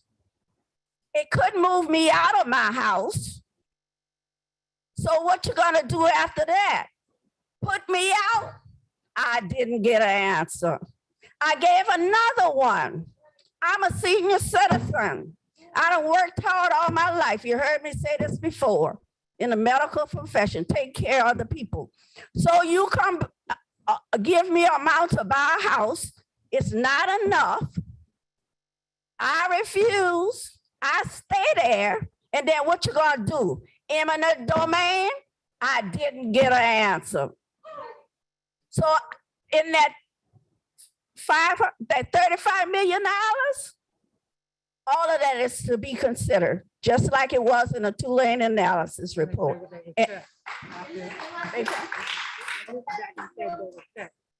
Yeah, and when I asked about there being some, all laws have some adjustments to them. I'm gonna use the word adjustments, can be broken. I'm gonna use that. And they break it for what they wanna break it for and who they wanna break it for. When I asked about looking into that, Denisha Turner told me she would check. I asked her, could she give me, how long would it take? She told me it was Friday and it was a long weekend. I did not hear her address that today at all. So when you considering me buying a house at today's price without any debt and moving expenses, that all needs to be considered and is taken into in that $35 million that the mayor signed off on. So if you all approved it, the mayor signed off on it, what's gonna happen? I also asked the question, what's gonna happen if you pity pinched us? Who gonna get the money that's left there? Who gonna pocket that? Mr. Thorns, you And look as like far you as want to Liberty respond. Bank, that's quite interesting why these decisions were made. Liberty Bank, Jim Thorne, Bayou Titles, all together. Mr. Thorns. I have my card right here. Nothing but crooks. And first of all, to Mr. Thorne, I would like to say congratulations on your experience in your field and your expertise as a realtor and serving the city of New Orleans. I also have an expertise. I served the children of New Orleans for over 35 years in the housing project because I refused to serve children other than the children from the housing project because they needed me. And I have lots of success stories there. And they're doing great. And I've seen some of them as adults. Thank you, Ms. Stimley, for all you did for me. And let me know I could be somebody in this life. And I would not, and I would refuse to let them think there was nobody. But I want you to know, Mr. Thorne, yes, with your expertise, you have never appraised the home on top of a toxic site. Have you? This is not a traditional appraisal. This is not a traditional appraisal. You've never. I saw you passing my home when I was sitting on the porch with your gangster lean and your silver Mercedes. Yes, I saw you twice. But guess what? How can you appraise my home and driving in front of my door and I'm sitting on the porch in front of a sinkhole that you can stand up in and it will swallow you whole? How can you appraise that? And my neighbor next door crying every other day because water is seeping wherever she walks and she has to walk on towel. How can towels all through her house? Tell me, how can you appraise that? That's not a traditional appraisal. Don't come there and tell us that, okay? You're not doing us any favors. You're trying to pocket your pocket with our money that we, as senior citizens of the Garden Plaza subdivision, has suffered for 41 years. And my mother died. I took out the project and put her in the home and took her from the crimes out the housing project. But I should have left her that because maybe she'll still be alive. Because when she came to live with me, she did not have cancer. She got cancer after I brought her in the dream home. She was excited. She died at 67. She only got a chance to live her life after working many years and raising her kids in the housing project. She only lived 2 years of her retirement. I should have left my mom in the housing project with the crime and the drugs. but she might still be alive today. And she died of cancer on Garden Plaza. I feel like I brought her to that death. I have to live with that. I have to live with that. So don't tell me nothing about no goddamn appraisal on toxic land. Do you understand? There's no appraisal. It's zero. It's 1-0. How in the hell you gonna appraise something that's 1-0? Don't go there. Just don't go there with me. I have only one question. Did you know that that land, Wharton Plaza, was supposed to be used as industrial use only? Did you know that? Did you know that? I'm asking you a question. No, did answer? You knew it. So you know back then, they broke the law when they built the homes. So, wait. Okay, and not only that, how can you get value from homes on a toxic land? You should appraise that looking at it. You don't have to go on the property because you broke the law a long time ago. Also, Green, I'm sorry, Councilman Green, I remember when you said, the board said the $2 million was set aside for the work to be done and nothing would come out, the 35 million. All that money was supposed to go to Garden Plaza, only used for Garden Plaza. Nothing else was supposed to come out because the $2 million was set aside. Mhm. You know, so that's how can you? You shouldn't have to go in a home to appraisal shouldn't even be the word they're using because you can't appraise. You can't give us what we lost. Now it's worse now because Councilmember Green. the sickness. Madam Chair, with all due respect, sorry. Mr. Thorne was interrupted after he mentioned the word cost appraisal. Can we let him finish his presentation?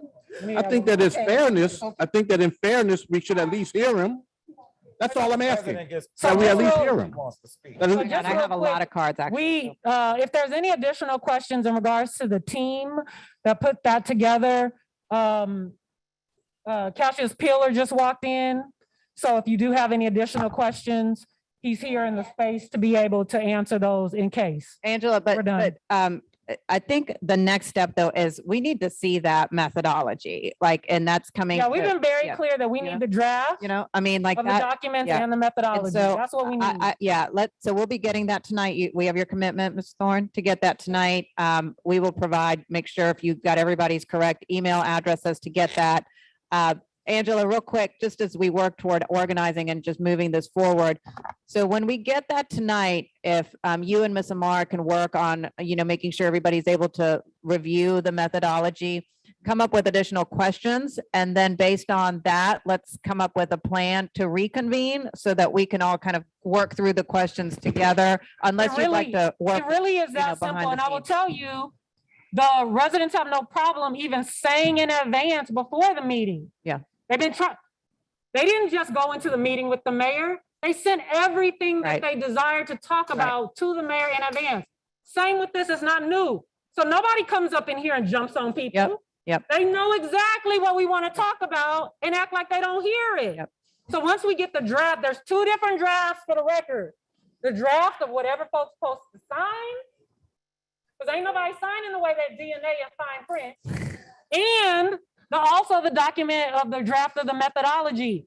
It's very evident what it is once we have it in draft. It's that simple. Okay. All right. Well, we've got a plan to move forward. Let me take public comment. I've got a stack of cards from people who've been waiting to speak. Are you jumping in front of everybody? No, you have my card. I don't. Okay. You have my card. If you want to jump in front of everybody, go ahead. Okay. Well, I mean, I prepared something, but I didn't want to take up too much time. But I want to really kind of first talk about what it feels like. And for me, what it feels like is related to my mother, who has been integrally in this fight. And it's a group of people who have remained very diligent and steadfast and aware. And they're going against a city administration who seems to be doing everything that they can to give them less, to lower the value, right? As opposed to kind of meet their demands and respect the research that that they've done. As it relates to the outsourcing of Mr. Butler's firm through Cher Gardner, and then the outsourcing of Mr. Thorne's, and the outsourcing of other attorneys, that is a lot of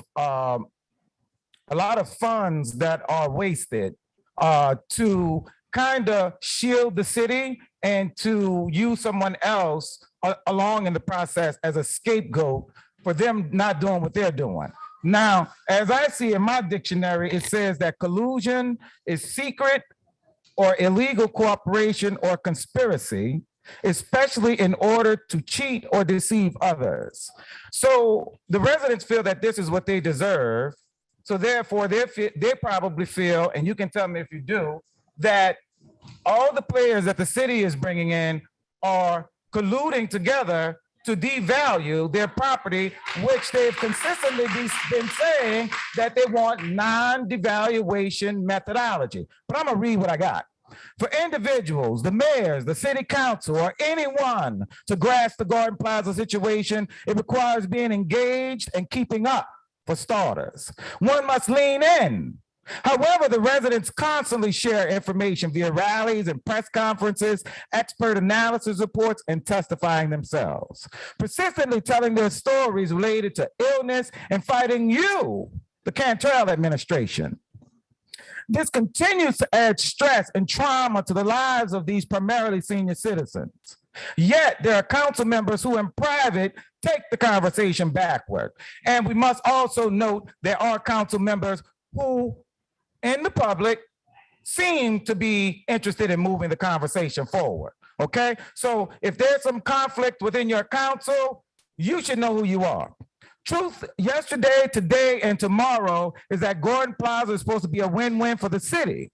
Not the residents, but the city. Because the residents can only start rebuilding their lives now to get the 40+ years back only after the city rights their wrong. So here we are today at the precipice of an agreement for land acquisition and replacement costs and replacement between the residents and the city. The mayor and the power council members are trying to negotiate lower values, as I've stated.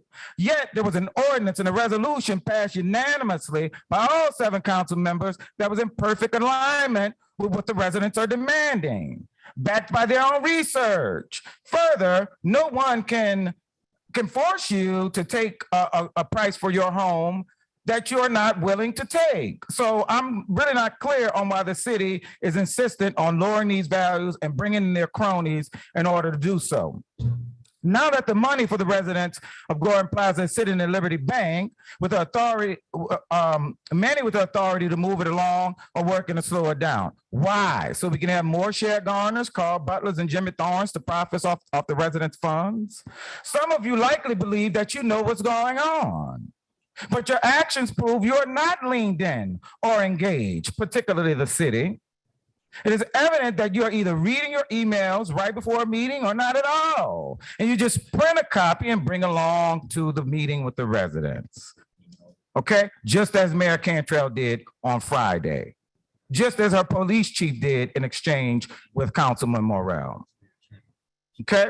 Bad governance will never be good governance. Anybody paying half attention can glean which public officials are moving the process forward cohesively and seamlessly, and which are not.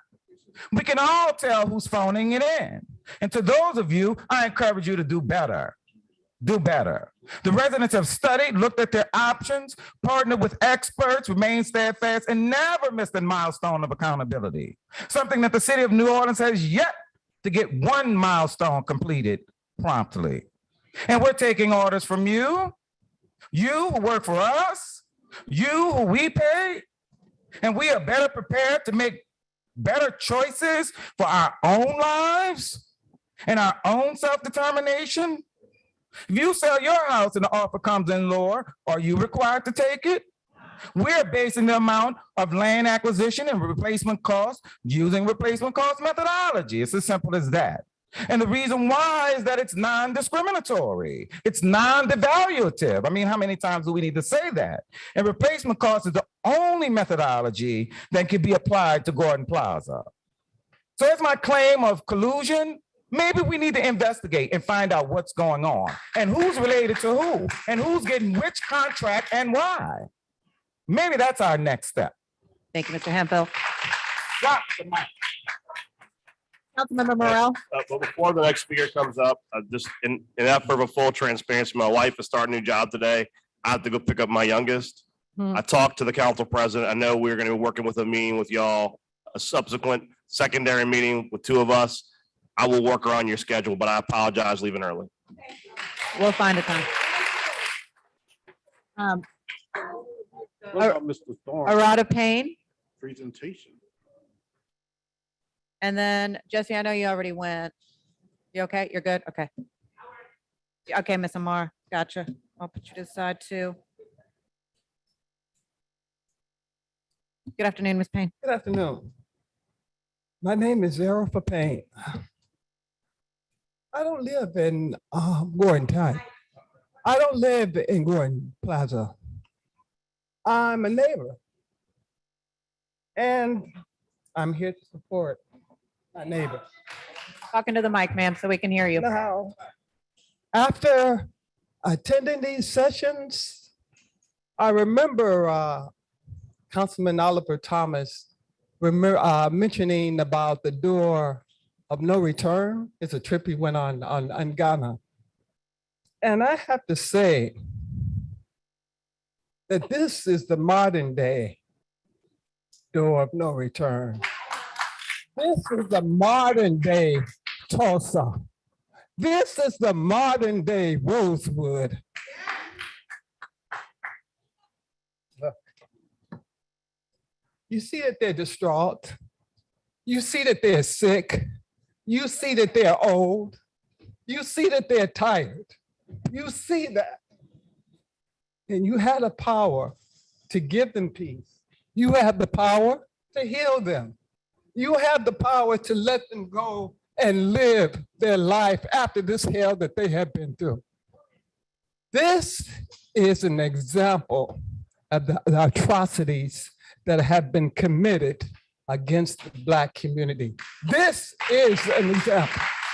And let me tell you this, as a neighbor, as one of the people that have voted you in, we are watching closely, sometimes quietly, but we're watching closely on how they're being treated.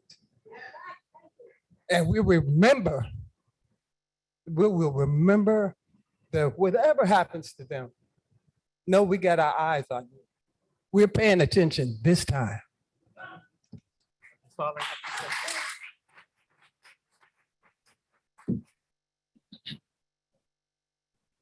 We have a card from Ms. Rainey. We have a card from Joan Garner.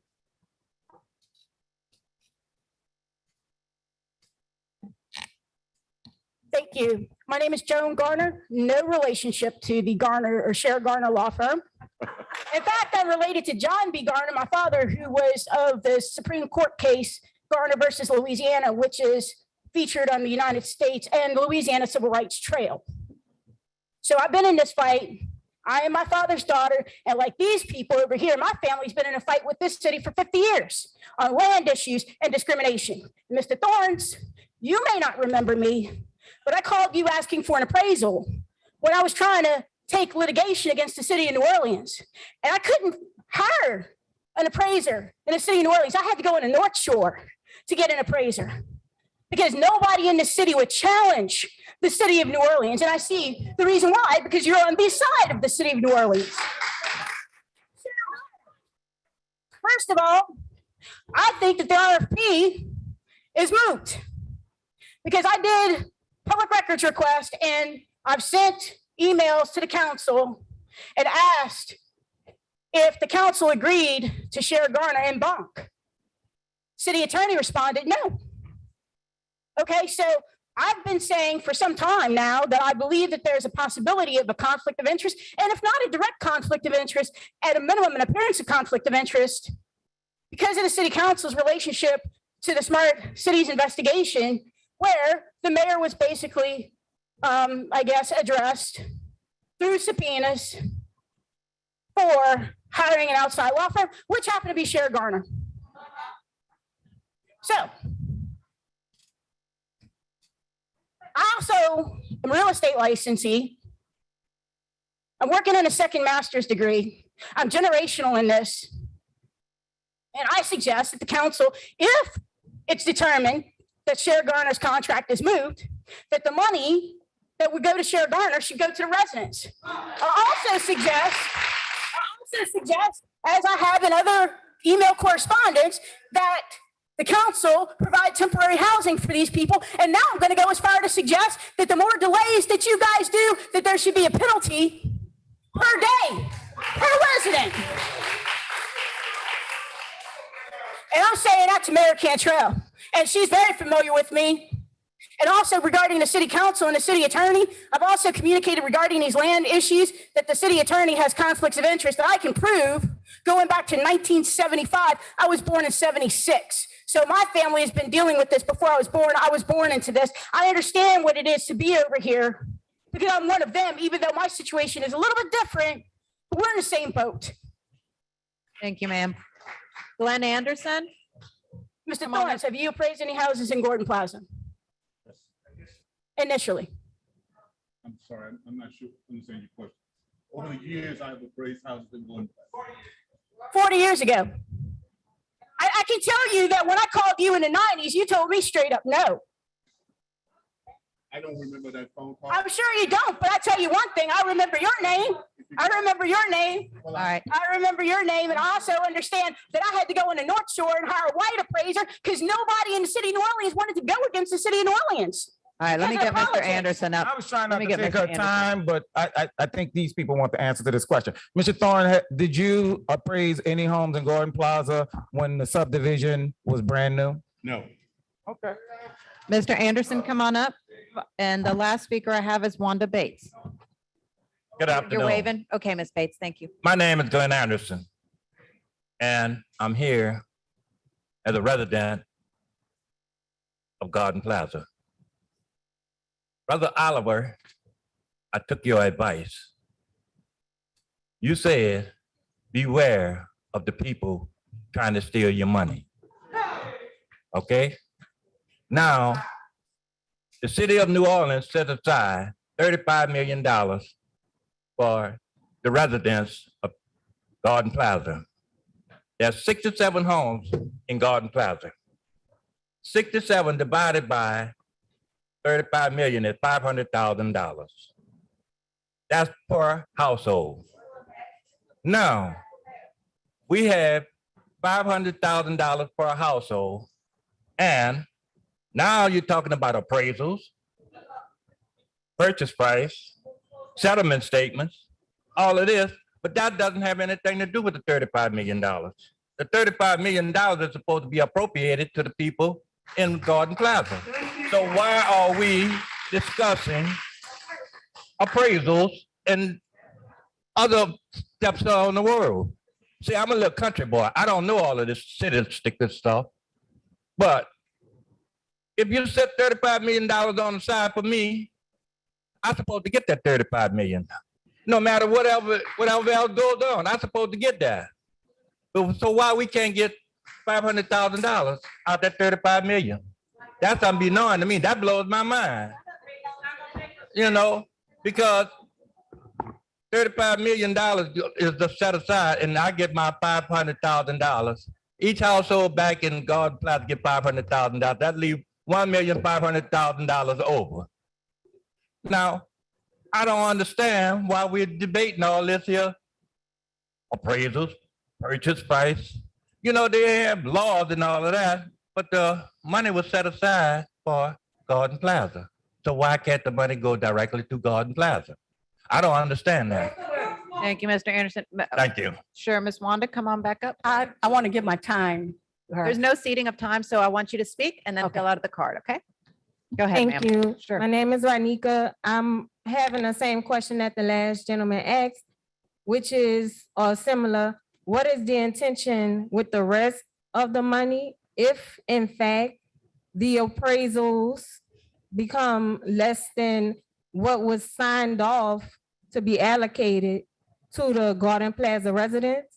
And an example that I was thinking, if Mayor Cantrell or the city signed off on $50 million for the Garden Plaza residents, and it was 35 million, but if it was 50 million, like, would they somehow, because of an appraisal, be left with 35 million when it was signed off for them to have 35 million to split? They have 35 million to split. The residents are not arguing, my house is bigger, I want more money, so count the square footage of my house and the usage of the square footage of my house. So there's no argument on their end to why the money is not divided equally as it was intended to, and as it wasn't signed off. It was signed off and approved for that reason. So if it was $50 million that the city signed off on, why is it that they would get less than 50 million? And what is the intention for the rest of the money? Where is it going to go? Back to the people who gave it to Liberty Bank? Is it going to go to American Trail? Is it going to go to the lawyers? Where is it going to go? It was intended for them. So that was my question. Thank you for letting me speak. Thank you, ma'am. Aaron, I think we have an online comment. Can I add one more thing? Go ahead, Ludwina. Also, it's been stated that once the residents are moved off that property, that a solar farm is coming there. A solar farm coming for nothing? The city is gonna make money off that solar farm. Probably way much more that they could buy us out, with much more money. With the amount of money they're gonna make off that solar farm. So it really, it disturbs me more than anything that when we sit in these meetings and we hear some of the statements made, that they really think we're stupid. That's the only word I could use. Thank you. All right, Ms. Ludwina. Joan, did you want one more bite at the apple real quick? All right, let's wrap it up because I still have an online comment. All right. Thank you, Councilwoman. Regarding Sheriff Garner as well, I got a chance to look at the RFP before it was signed through the public records request. And the whole purpose of Sheriff Garner here is to basically recoup the money on behalf of the city. It was one of the issues that's there, and also reference litigation. And one of the concerns I had at that time was that even if an RFP was done, the language at that point was moot. The RFP itself may be moot if it was challenged. And I certainly hope that somebody challenges it. I hope you guys don't get paid. And I stand for justice, and it's time for the city to change. I mean, even consider the cost of people even having to come here to City Hall. I mean, I caught the bus, I have a car, but look at the cost of even parking. I've even gotten a ticket before. The emotional toll that it takes. I mean, I have been dealing with issues since before I was born. I grew up into this. I was too young to even understand what was going on. And then grew up understanding my parents are deceased. I'm still here. These people are still here. It's time that the city changes. And these injustices, when I start doing the historical research, because I also work in the field of history, are actually directly tied to slavery and Jim Crow. And when I speak to the issues that I have, I can show a direct historical connection. It's time that this changes. Thank you, ma'am. All right, Aaron, online comments, please.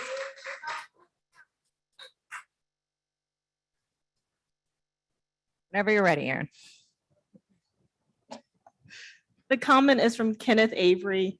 He says, the city administration hired outside counsel due to their lack of expertise and to assist in valuation. Can you confirm how much was the amount of the negotiated contract to the outside law firm? Have they been paid in full already? Where can the details in terms of the contract be accessed, particularly billable hours, payments to subcontractors, et cetera? I think that would be a good information to make transparent. Thank you, Aaron, for that. All right. So next step, the methodology coming from you, Mr. Thorns. You have the email addresses. We expect that from you tonight. I have the email address. I will forward the methodology to the city attorney, who is the person who contacted, and you. And Oh, you can send it directly to the city council. That would also be appropriating money for the yes, payment. and I Yeah. said that. I said you and the city attorney. Perfect, And you perfect. can send it to the, And I'll send, and if y'all aren't CC'd, I'll send it over. so Got it. it'll come directly from you all to them. Yes. I will send it over. No worries. All right. And then based on that, we're going to determine questions, right?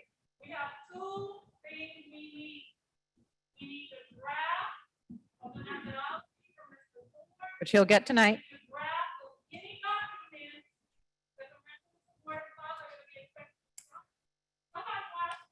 Yep.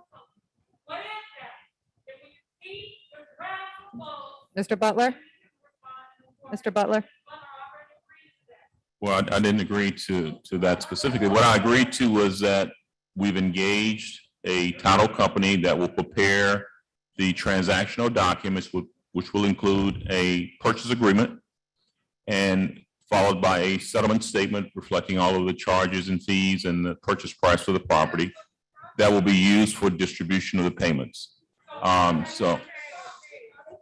You're asking when will those documents come? I can discuss that with the Bayou title representative that we're working with to determine when that will Discuss that happen. with But again, them. we can come up with template Yeah. documents, but they won't have any substance until we have numbers. I mean, But so that- ultimately it's about what Look, the that is numbers an are. absolutely fair point, but what they're just asking for is draft. Well, It's just- we can get the yeah, title company to That would be prepare great. those. Why don't you call them today and get it We'll to get that. them Okay. tonight? Thank All you. All right. So with that, can I get a motion to? I can't promise it tonight because I have to talk to the title company representatives to get that information. So it'll depend on when they get it to me. When they get it to me, and we can transfer it to you.